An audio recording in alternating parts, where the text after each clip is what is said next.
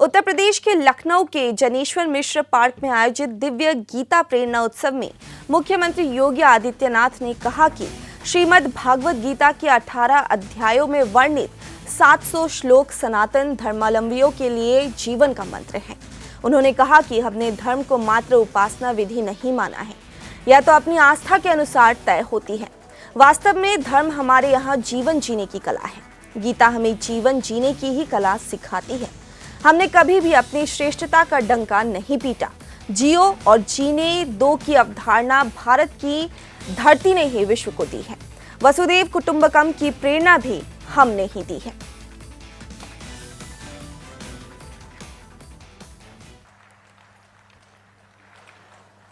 बहनों और भाइयों,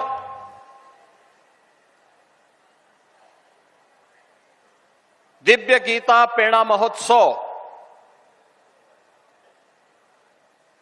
कि जब हम बात करते हैं तो श्रीमद् भगवत गीता के 700 श्लोक जिन्हें हर भारत का धर्मावलंबी, सनातन धर्मावलंबी जीवन का मंत्र मान करके बड़ी पवित्रता के साथ, बड़े आदर भाव के साथ उन्हें आत्मसात करने का प्रयास करता है, वह हम सबके सामने 18 अध्यायों की 700 श्लोकों की श्रीमद् भगवत गीता हर सनातन धर्मावलंबी के सामने आती भी और एक नई प्रेरणा देती भी दिखाई देती है। और जैसा यहां पे पूज्य स्वामी परमात्मानंद गिरि जी महाराज ने कहा था, धर्म से ही शुरू होता है, अंत में भी उसी मर्म के साथ वह अपना विराम भी लेती है। यानी शुरुआत और अंत को भी जोड़ें तो अपने आप में धर्म मानती है। श्रीमद् भगवत गीता धर्म की वास्तविक प्रेरणा है और भारत के मनीषा ने धर्म को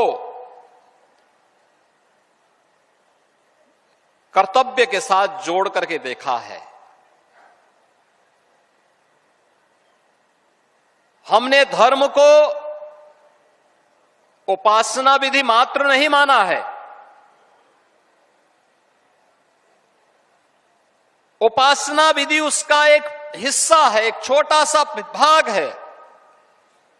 वह हर व्यक्ति अपने अनुसार, अपनी आस्था के अनुरूप, अपने पंथ, अपने संप्रदाय, अपने उपासना विधि के अनुरूप अपने आप को, अपनी आस्था को तय कर लेता है। लेकिन मुख्य रूप से धर्म हमारे यहां जीवन जीने की एक कला है और इसे ही हमने वे ऑफ लाइफ के रूप में कहा है। और वे ऑफ लाइफ यही है श्रीमद् भगवत गीता, जो भगवान की दिव्य वाणी है, जिसके महोत्सव के साथ आज हम सबको जुड़ने का अवसर प्राप्त हो रहा है।